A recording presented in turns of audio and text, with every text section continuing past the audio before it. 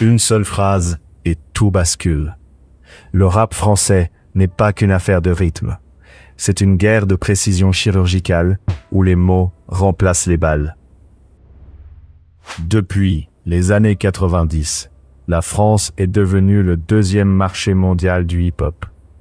Mais ici, on ne se contente pas de copier les Américains. On cultive une tradition littéraire héritée de la chanson française et de la poésie de rue. Prenez l'année 1995. Tandis que le pays traverse des tensions sociales majeures, des groupes comme I.A.M ou NTM posent les bases d'un style conscient, où chaque rime doit frapper juste pour exister. C'est la naissance de la punchline moderne. L'évolution est fascinante. On passe du constat social de l'école marseillaise à l'ego trip glacial des années 2010.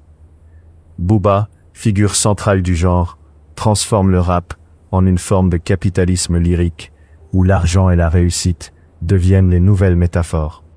Mais, au-delà de la richesse, c'est la structure qui impressionne.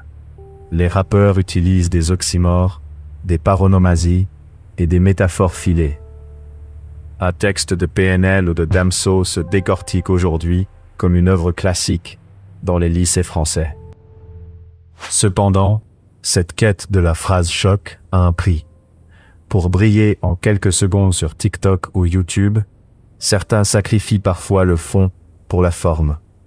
La punchline devient un produit de consommation rapide, dénué de son contexte originel. Ce qu'il faut retenir, c'est que la punchline est le thermomètre d'une époque. Elle capture en une ligne l'air du temps, les frustrations d'une jeunesse et les espoirs d'une génération qui refuse de rester silencieuse.